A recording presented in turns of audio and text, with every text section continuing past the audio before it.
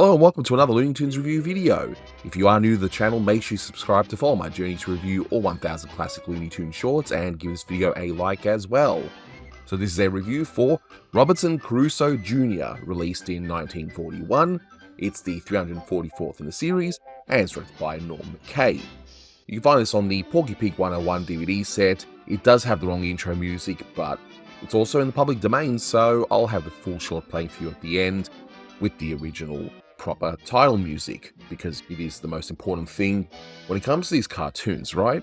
Now, in case you haven't seen the short, again, you can watch this at the end of this review as I'll have the short in full, but just for consistency's sake, all that happens here is that we get a very, very loose adaptation of Robinson Crusoe, where Porky gets shipwrecked on an island. He befriends a native named Friday. He goes off and sees a whole bunch of spot gags, and then the natives pretty much drive him off the island. So, yeah, it's unfortunately got a lot of stereotypes in there, but I'll get into some of the elements from the book. First up, you're going to see a re-edit of the original track I did with the editor of this video, Blue Genocide, and my good friend Fox in a Fix. And then you're going to hear some new thoughts from me. So, grab some popcorn and enjoy. With me today are my good friends, Blue Genocide and Fox in a Fix. Say hi, guys. Yeah, what's up, Doc? I'm always the second one if there's only two of us, alright? That's how this works. I'm just happy it's not another Jack Bunny joke. Yeah, I think they're probably getting over the whole Jack Bunny thing. Now, I've got to point out as well, this is actually the first McCabe cartoon. He was in Bob Clampett's unit. He even assisted Bob Clampett on two cartoons as co-director when Bob Clampett was sick, but this is his first outing because Clampett will take over Tex Avery's unit and make wonderful cartoons like Wabbit Twobble and so on, and McCabe takes over the original Bob Clampett unit. So, there you go. And this song's pretty good. Like, despite the stereotype, like you're singing about the beans and all that stuff, and weirdly enough, Norman Cape projected another cartoon where Daffy would go in a house and the guy would complain about beans. So, yeah, I don't know what it is about. I do think the Norman Cape cartoons look good. He only did black and white for a few years, and then he quit because he had to join the army, I guess. Aside from the racial elements, this one's actually pretty solid. It's a 7-minute cartoon, so it's actually not that long, and yet it feels like an epic somewhat. Like it's, I don't know, something about the timing of this one, like it doesn't feel rushed or anything. It's pretty good. I think somebody should also mention, because, you know, it might seem obvious to us, but Robinson Crusoe was a book written. Yeah, I know, but like, somebody might not know that. No, yeah, right, yeah, I mentioned before with Friday being one of the problematic characters, and that bird, by the way, says, you know, I'm just waiting for the $64 question. That was a big thing where, you know, $64 back then. I'm not going to do the conversion now, but that would be worth a lot more money these days for sure. And of course they reuse that joke in quite a few times, including Buckaroo Bugs, where, you know, that's right. You've answered the $64 question, whatever it is. And of course, a dad joke, watering hole, you know, water cooler, that kind of thing. Sure. Now, and here, by the way, I got to point out, this is me and Blue Genocide when we're off duty, right here. Right here, you know, when we're trying to think about new content for the channels. And right here is Austin trying to get away from that really awful joke.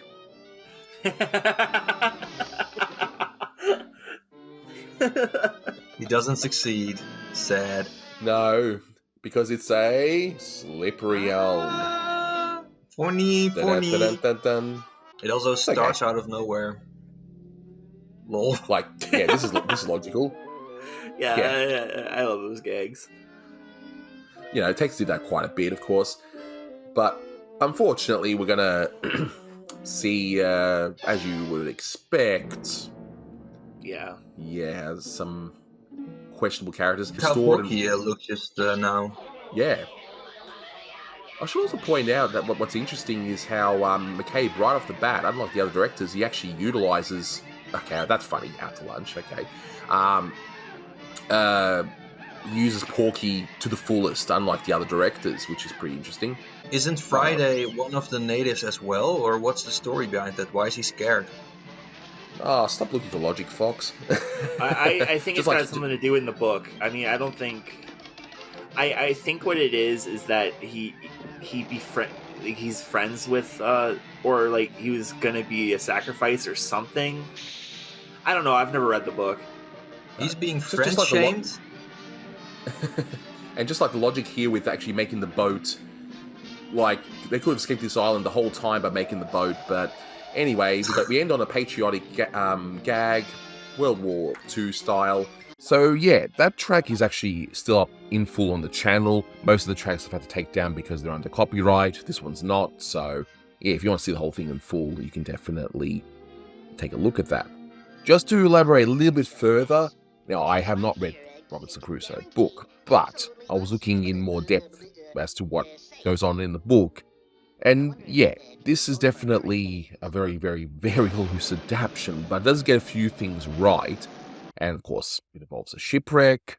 And yes, Robinson Crusoe does indeed befriend a native named Friday, where he basically escapes the cannibals. Okay? What else did you expect? The book itself was written in 1719 when they weren't exactly enlightened when it comes to things involving native characters. Hey, what do you expect, right? And yes, some of the imagery has translated over here. But it's a very popular book, though, and it's been adapted countless times in radio, TV, movies, you name it. But it would definitely need to be, quote-unquote, fixed up for a modern audience these days, I would think. So yeah, as mentioned in the track, this is the first Norm McCabe short, and one of the interesting things is that this short still feels like a Clampett short, just like it did for the past few years. My guess is that this was originally going to be a Clampett short, because it's even the same writer, same animators, and so on. But because of Tex Avery getting fired and him then leaving for MGM, McCabe stepped in and basically took over, and of course, this short gets made, and also Porky's Pooch gets made, but that one gets released after. So my guess is that because that had the photograph backgrounds, that one took a lot longer to make, hence the delay. And then, of course, Clampett takes over Wabbit Twubble, which a lot of people, including myself, have said that, yeah, Tex Avery most likely started that one. So we're in a period of things getting mixed around a bit. This unit doesn't last very long, though. McCabe does go in the army, and so this unit lasts up until the midst of World War II, and that's pretty much it. Then you just have the other units remaining. Now, looking over the short itself, so there were a few things I missed, but there's a few things I didn't miss, but I want to elaborate further because some of the commentary tracks are hard to do when you're trying to elaborate further on certain bits of trivia. This Baby Snooks line. So you get this line with these rats escaping. So a few little references in this particular scene. You first have that young mouse, and that is a reference to the character Baby Snooks, which was played by Fanny Bryce, and who was basically imitating like a bratty toddler, but of course she was much older than that. And that was a very popular show at the time. In fact, this character would be referenced in quite a few shorts, funnily enough. Then you see the father saying, confidentially, it sinks, and that's a reference to the line, confidentially, it stinks. And that is a line from the movie You Can't Take It With You, and that was said by actor Misha Auer. Although I do find it weird that Porky's upset that the rats have left the ship. Like, why would he be upset at that? It's like, isn't that a good thing? There's a reason why a lot of ships had cats on them, so they can hunt the mice and rats. But anyway, so then you hear So Long, Everybody, and the way it was said, it's a parody of the singer Kate Smith, and she was in a film called Hello, Everybody.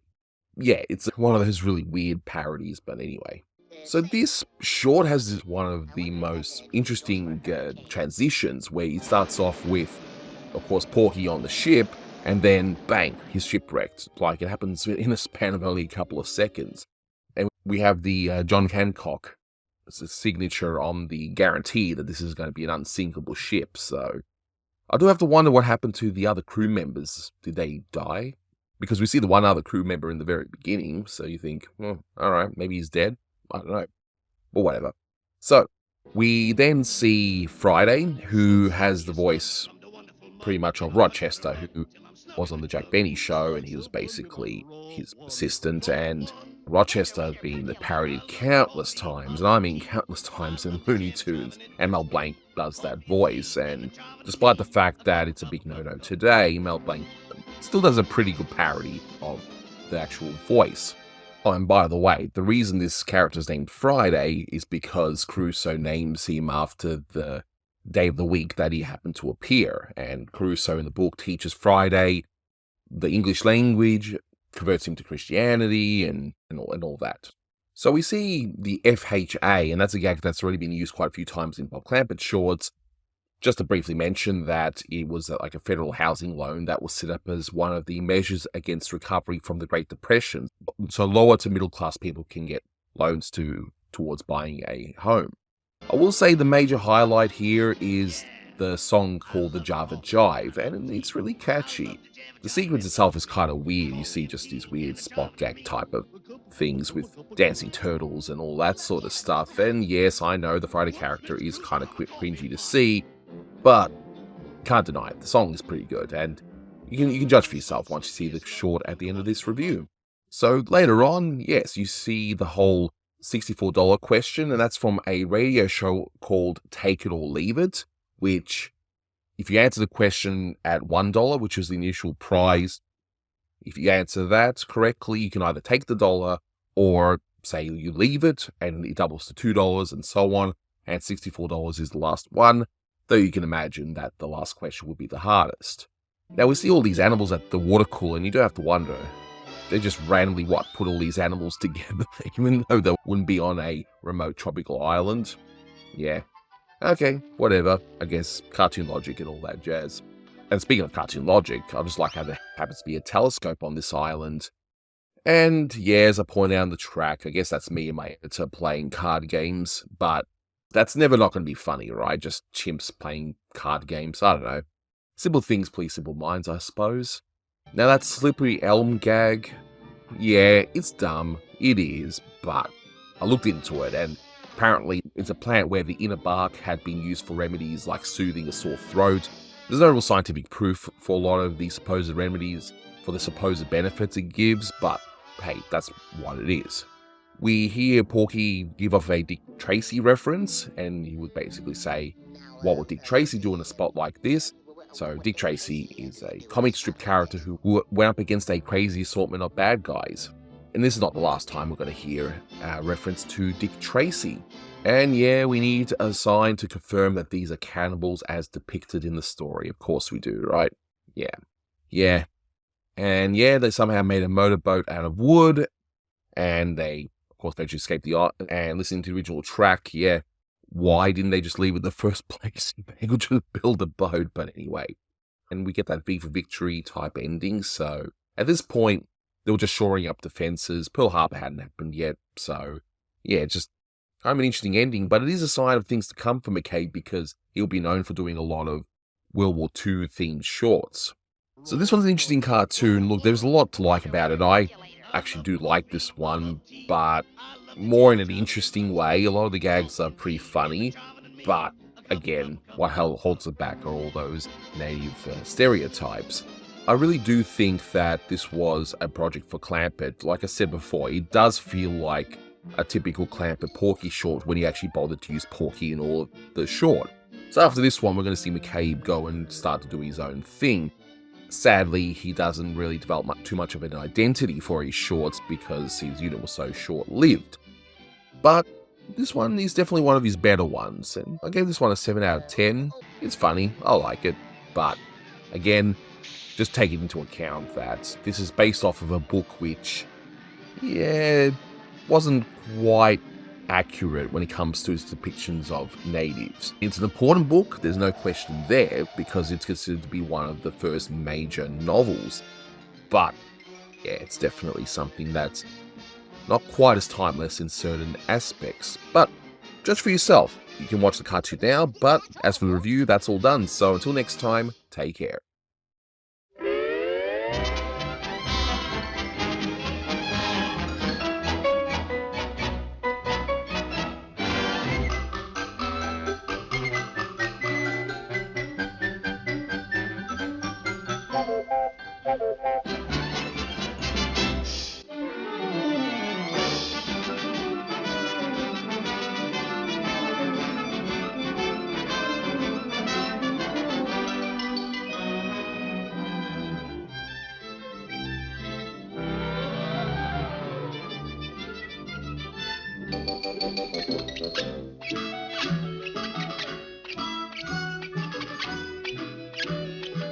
gosh, I guess we're ready to shove off. All ashore that's going ashore. Come on, Snooks. We've got to get off this boat. Why, Daddy? Well, confidentially, it sinks. Oh, what do rats know about the boats anyway? Oh, boy, we're moving. We're on our way. So long, everybody.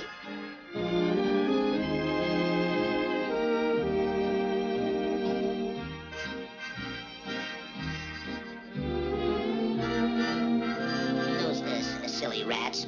It says right here, guaranteed, absolutely unsinkable, safe. I wonder if that goes for hurricanes.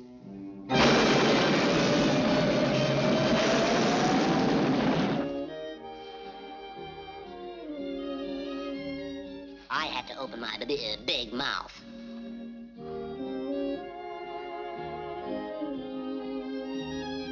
Hello, boss. What kept you?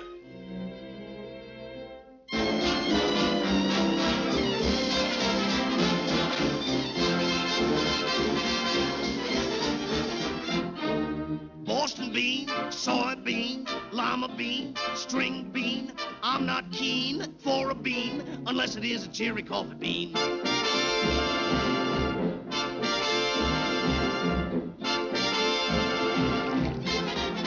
Yeah, I love coffee, I love tea. I love the Jive and it loves me. Coffee and tea and a Jive and me. A cup. He loves Java, sweet and hot. Whoops, Mr. Crusoe, I'm a coffee pot. So slip me a slug from the wonderful mug, and I'll cut a rug till I'm snug in a jug.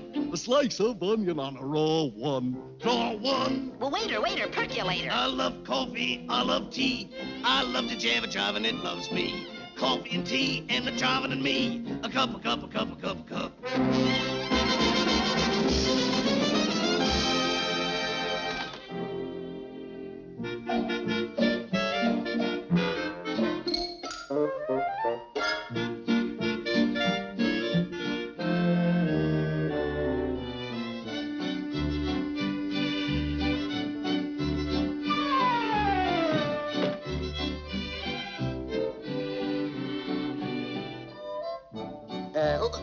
Hello, Polly.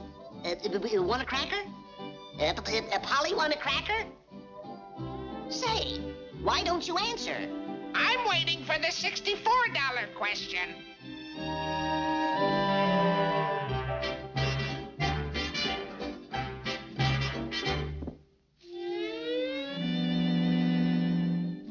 Shh. There's a lot of wild animals over there at the water hole.